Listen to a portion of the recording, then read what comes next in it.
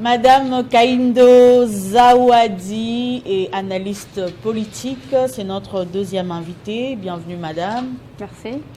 Avec vous, nous allons parler de l'état de siège, c'est bien ça, Oui.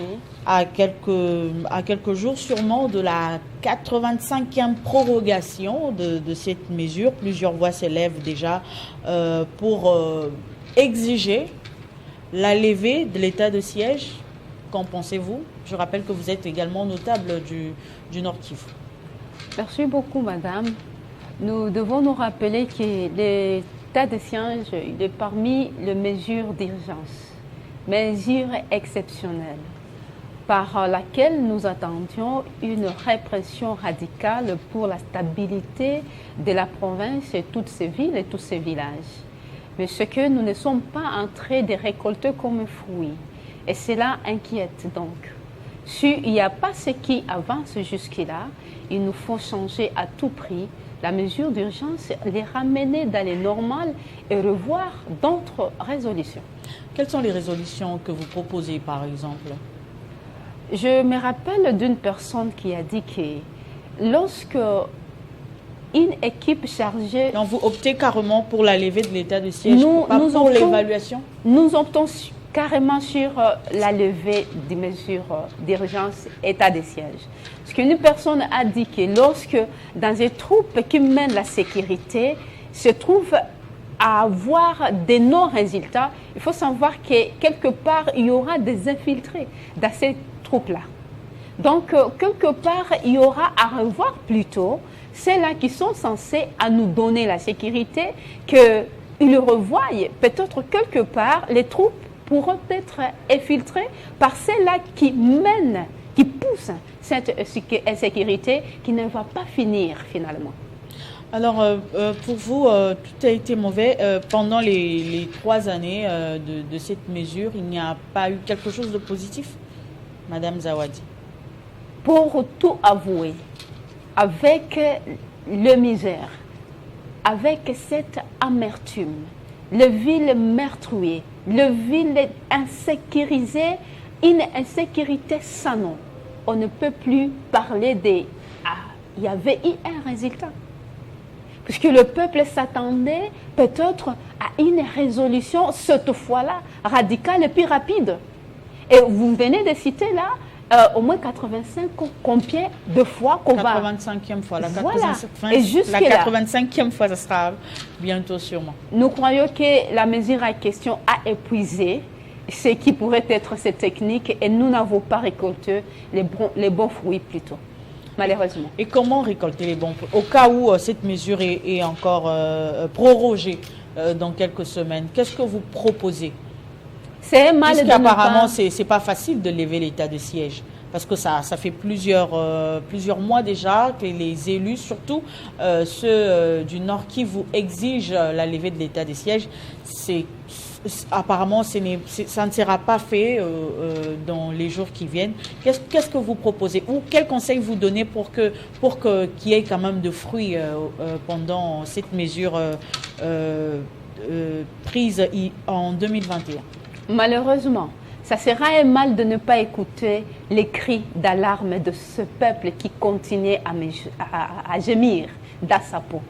Puisque les résultats, nous allons les connaître comment quand nous ne sommes pas dans les lieux où se prennent les décisions de cette sécurité-là. Mais si ces troupes-là n'arrivent pas à donner le meilleur d'eux-mêmes, qu'ils revoient au-dedans de ces troupes-là, qu'il y aurait des infiltrés quelque part. On lève l'état de siège et après vous optez pour un dialogue entre Congolais pour le retour de la paix à l'est du pays ou pas?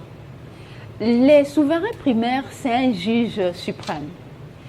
Lui associer et lui dire que ce qui ne va pas, nous croyons que nous pouvons aller par un dialogue. Nous croyons que nous pouvons, encore faut-il qu'on sache un dialogue avec qui?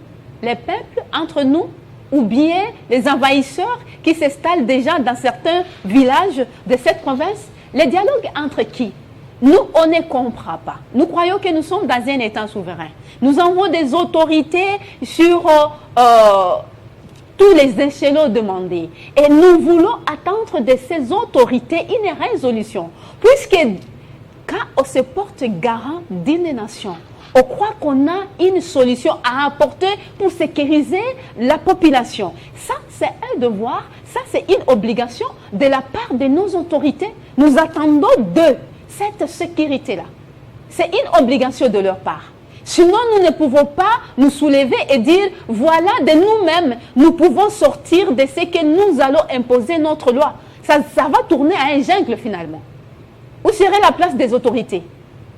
Quand on ne nous amène pas à nous écouter, finalement, qu'est-ce que ça va créer auprès d'un peuple qui est en train de compter encore et croire que quand même, il y a un État, il y a un gouvernement.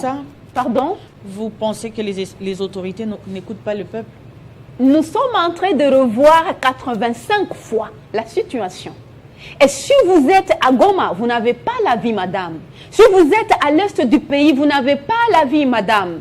Les femmes de l'est du pays, elles ont consenti à donner leurs filles, leurs fils, leurs époux, afin qu'ils tiennent main forte aux FARDC loyaux, puisqu'il y a d'autres brebis qui sont galaises. Mais avec Assemble, quand bien même nous consentons pour barricader la route aux envahisseurs, mais qu'est-ce que fait le père de la nation? Qu'est-ce que fait le gouvernement de son compte? Pardon? La population du Nord Kivu de l'Est doit également dénoncer ces brebis galaises au lieu de les protéger. Ça a été déjà dénoncé. Autant de fois ça a été dénoncé. Il y en a aussi qui sont protégés, madame. Ils sont protégés par qui? Un père de famille doit jouer son rôle. Quand un enfant a porté à accuser quelqu'un, et vous devrez savoir où est la vérité derrière l'accusation. Les pères de famille, ils font quoi? Une épouse ou une mère peut facilement dénoncer son fils ou son mari comme qui est brebis galeuse. C'est pas facile, c'est ça aussi le problème. Ce n'est pas de ce que vous croyez de cette manière-là. Puisque la population elle-même, déterminée à conserver, attachée à sa terre, elle lutte à ce que l'envahisseur n'entre pas. De l'autre côté, nous attendons quoi? Puisque quand nous faisons confiance à un gouvernement, quand nous faisons confiance aux autorités, lesquelles nous avons conféré mandat, et qu'en retour, nous ne recevons pas la sécurité, vous voulez nous pointer du doigt? Quelque part, ça fait mal, je vous assure. Quand nous sommes accusés de dire, ce sont là les gens de l'Est, et même qui sont en train d'appuyer les bandits. Ça fait mal. C'est comme un couteau que vous pénétrez dans les esprits des gens. On ne peut pas vouloir s'attacher à sa terre, protéger sa terre, et en même temps détruire sa terre. Comment est-ce qu'on peut entrer dans les méli-mélos comme ça? Épargnons les gens de l'Est, s'il vous plaît. Surtout cette accusation, ça fait très mal. Je peux proposer, ou bien j'invite à tout le monde qui reste derrière les accusations comme ça. Il a dans sa main une épée qui est en train de percer dans le cœur de ces gens-là.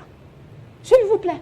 Vous attendez à quelque chose pour parler de Luanda, pour le retour de la paix dans cette partie du pays?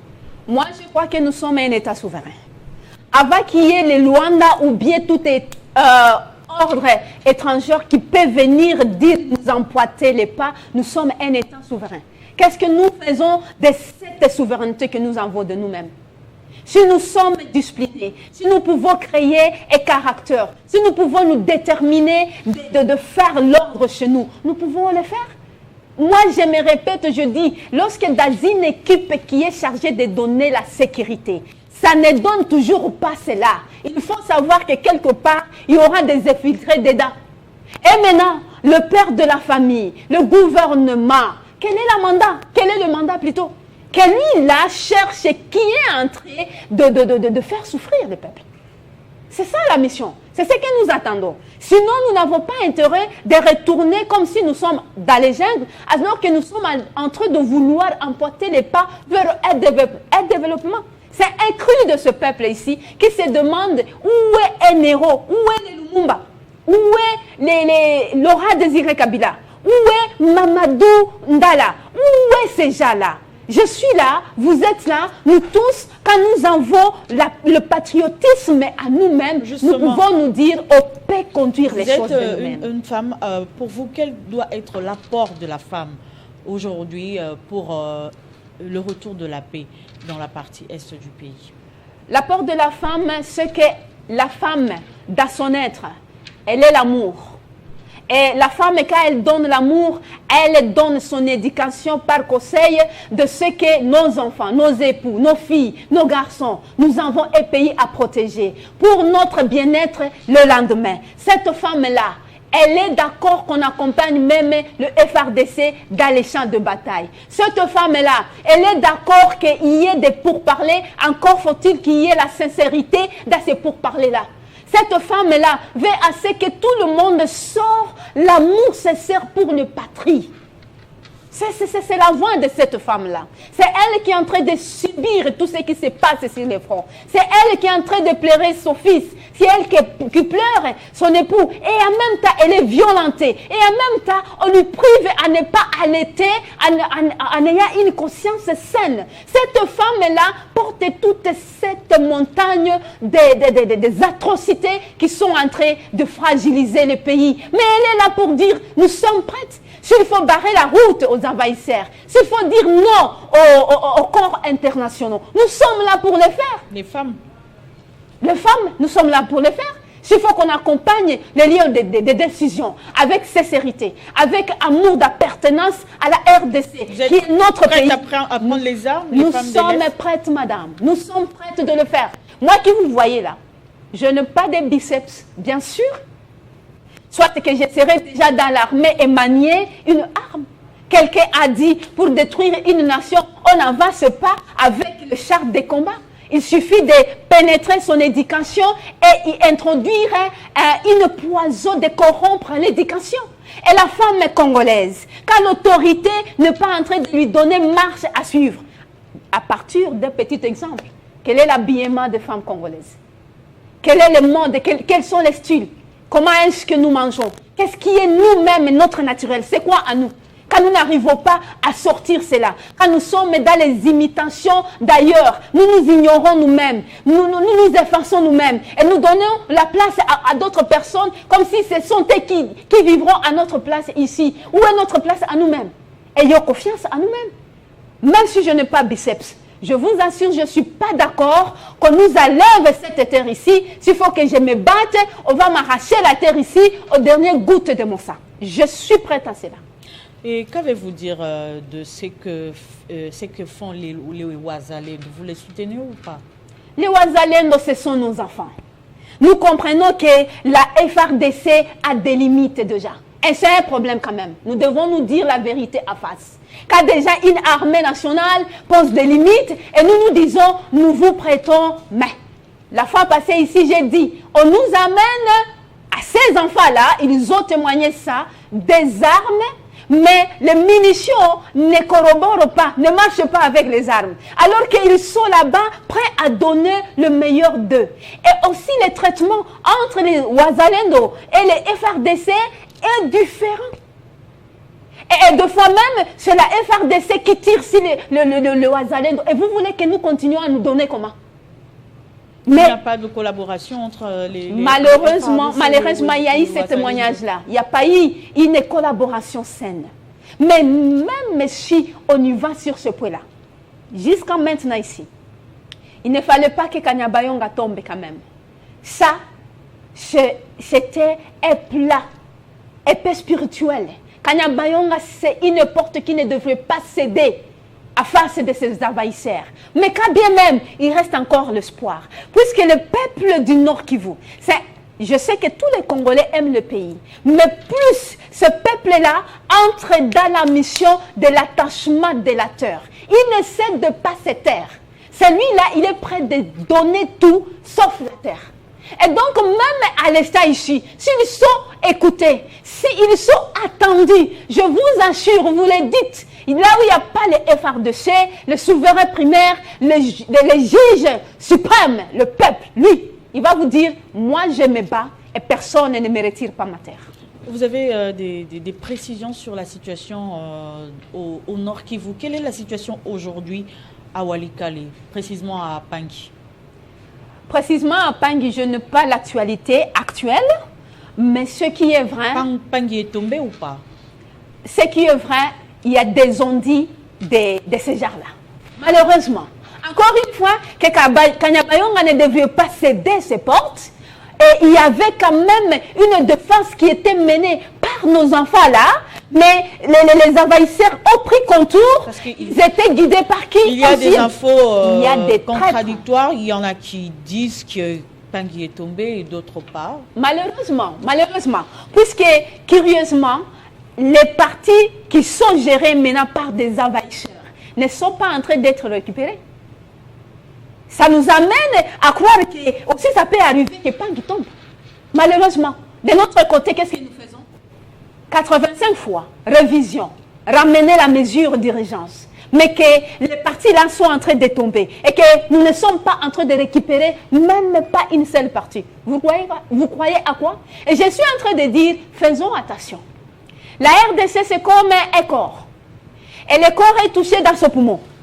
Et quand le poumon est touché, le corps entier, à un certain moment donné, il peut succomber. Il peut succomber. À l'est du pays, ce n'est pas une histoire. J'ai beaucoup de périodes que je passe là-bas. On peut amener une femme enceinte et lui éventrer, et on retire de son ventre son bébé, et à côté on a déjà éventré le papa, et on fait enfoncer les bébés dans le ventre de ces papas-là. Comme si cela ne suffisait pas. Nous sommes des mamans, nous tous ici. Toute maman qui me suit. On prend les bébés de 1 année, 2 ans, 5 ans. On décapite les têtes. Comme si cela ne suffisait pas. On va prendre ces têtes-là, les mettre dans une casserole et bouillir ces têtes-là. Ce n'est pas une histoire. Je me répète, chers amis, ce n'est pas une histoire. C'est une vérité que nous sommes en train de vivre là-bas. Et nous demandons à tout le monde d'entrer derrière à défendre cette terre ici. Surtout que ces amis-là, qui jouent le rôle de ne pas donner l'accès aux envahisseurs. Si nous finissons à pénétrer et à voir une passage, alors je vous assure, je ne le souhaite pas. Je ne suis pas prophétesse de malheur. Mais s'ils pénétraient bénis et qu'ils avançaient, ça sera tout. Et ça risque d'arriver à Kinshasa et nous n'aurons pas à aller nous mettre dans les organes des réunions pour vouloir réorganiser les choses. Il est temps donc que tout Congolais se tienne debout et dire nous allons défendre notre patrie. Madame Zawadi, le message est passé. Vous avez autre chose à ajouter? Un mot? Un mot. Oui. Ne rappelle plus aux gens de l'Est la phrase qui dit ce sont eux-mêmes là-bas qui se tuent. S'il vous plaît, ayez pitié de nous. S'il vous plaît.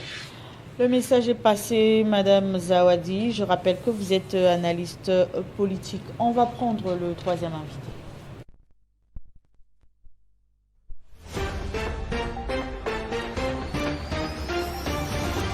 Parce que nous vous aimons, nous vous donnons le meilleur de nous-mêmes. Les infos. La construction de ce centre est en cours avec des problèmes et pour le président Tshisekedi. Les exclusivités. Je dois me marier. Ah oui? C'est une obligation, oui. C'est enregistré, hein, cette émission. Mais Surtout oui. cette partie-ci, on va couper. Il n'est pas trop attaché à la tribu. On dit qu'il a nommé trop de Il casseroles. vérifie, mais non. Parce que nous vous aimons, nous vous donnons le meilleur de nous-mêmes. Les débats républicains. Comment contrer le Congo? Non mais il faut... Alors vous n'avez pas dit, c'est cette loi-là? Les reportages choc. Ceci s'appelle lithium. Les magazines.